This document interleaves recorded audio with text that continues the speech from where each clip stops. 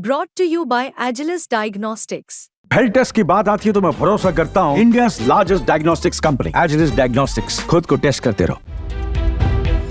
नमस्कार, आपके साथ मैं दीपिका शर्मा और आप देख रहे हैं क्राइम तक। वर्ल्ड क्राइम बुलेटिन में सबसे पहले बात करेंगे इजराइल पर लेबनान के हिजबुल्लाह की तरफ से रॉकेट दागे गए हैं। जो तादाद बताई जा रही है वो करीब 200 से ज्यादा रॉकेट की है जो इजराइल पर दागे गए हैं।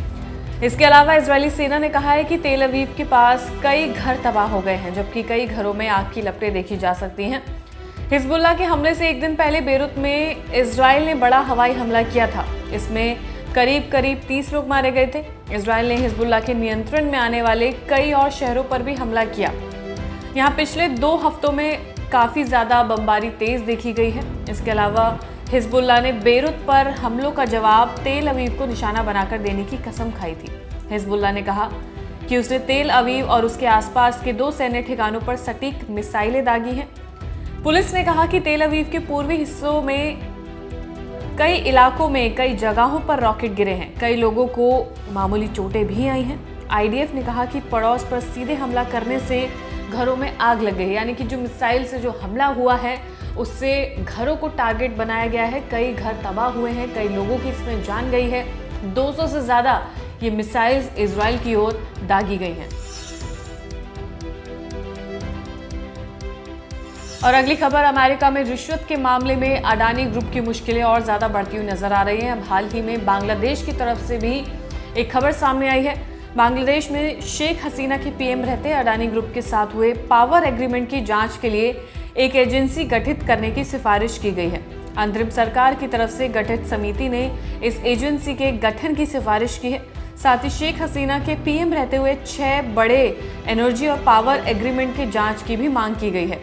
एक आधिकारिक बयान में कहा गया है कि पावर, एनर्जी और मिनिस्ट्री ऑफ मिनरल रिसोर्सेज की रिव्यू कमेटी ने 2009 से लेकर 2024 तक पावर प्रोडक्शन एग्रीमेंट को लेकर किए गए समझौते की जांच के लिए एजेंसी अपॉइंट करने की सिफारिश की गई है। यानी कि जब शेख हसीना पीएम थी उस दौरान जो ये एग्रीमेंट हुआ था, उस दौरान जब ये एग्रीमेंट सामने आया था, जब वो पावर में थी, उस एग्रीमेंट की जांच के लिए अब सिफारिश की जा रही है।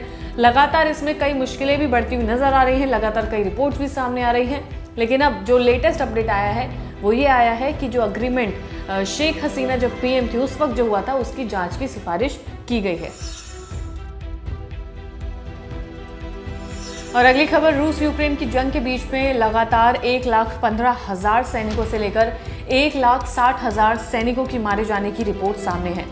अब इसमें रूस हर महीने 20,000 सैनिकों की भर्ती करता है। लेकिन बड़ी बात ये सामने आई है कि जो रूस के नागरिक हैं जिनको सेना में भर्ती करने के लिए कहा जाता है, वो लोग अपनी जान बचाते हुए भागते हुए नजर आ रहे हैं। कई जो रूसी नागरिक हैं जो सेना में भर्ती नहीं होना चाहते हैं वो देश छोड़कर भी भाग चुके हैं। और जो लेटेस्ट रिपोर्ट सामने आई है उसमें ये देखा जा सकता है कि जो रूसी नागरिक सेना में भर्ती नहीं होना चाहते हैं वो ऑन रिकॉर्ड, यानी कि मेडिकल डॉक्यूमेंट्स में खुद को ऐसे पेश कर रहे हैं जैसे कि उन्हें नशीली दवाओं की, नशीले पदार्थ की लत है, यानी कि वो सेना में भर्ती होने के लिए फिट नहीं है।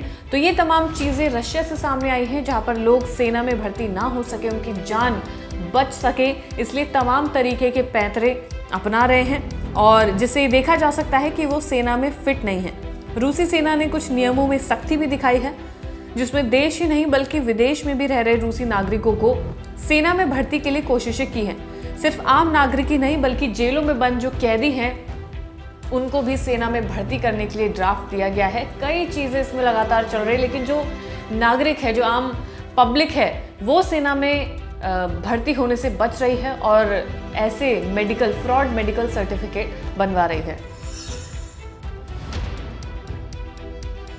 और अगली खबर, मिडिल ईस्ट की बड़ी ताकतें ईरान और इजराइल के बीच जंग रुकने का नाम नहीं ले रही है। इजराइल को ईरान की तरफ से चेतावनी दे दी गई है। हाल ही में चेतावनी दी गई है। बेंजामिन नेतन्याहू की आक्रामक नीति के बीच ईरान ने दो टूक कह दिया है कि वो इजराइल को अब करारा जवाब देने की कोशिश कर रहा है। ईरान के supreme leader Ayatollah Ali Khamenei के सलाहकार अली ने एक इंटरव्यू में कहा कि हम इजराइल को जवाब देने की तैयारी कर रहे हैं, उन्हें मुंह तोड़ जवाब दिया जाएगा। जाहिर सी बात है मैदान जंग में जवाब दिया जाएगा। 26 अक्टूबर को ईरान के लड़ाकू जेट विमानों ने ईरान के सैन्य ठिकानों पर हमले किए थे। इससे कुछ हफ्ते पहले ही ईरान ने इजराइल पर लगभग 200 बैलिस्टिक मिसाइलें दागी थी। इन हवाई हमलों में ईरान के कई सैन्य ठिकाने भी नष्ट हुए थे। रिपोर्ट का कहना है कि ये हमले इतने जबरदस्त थे कि ईरान को अपनी एयर डिफेंस क्षमताओं को फिर से बहाल करने में, फिर से रिस्टोर करने में काफी वक्त लग सकता है। यानी कि ये जंग अभी तक रुकने का नाम नहीं ले रही है। चेतावनी हर तरफ से दी जा रही है, लेकिन देखना यह है कि आखिर ये जंग कब रुकेगी। उधर रशिया यूक्रेन, इधर इजराइल ईरान, तो लगातार कई ऐसी चीजें चल रही हैं जिस पे सबकी निगाहें टिकी हुई हैं। और फिलहाल इस वर्ल्ड क्राइम बुलेटिन में इतना ही। ताज़ा खबरों के लिए आप देखते रहिए क्राइम तक।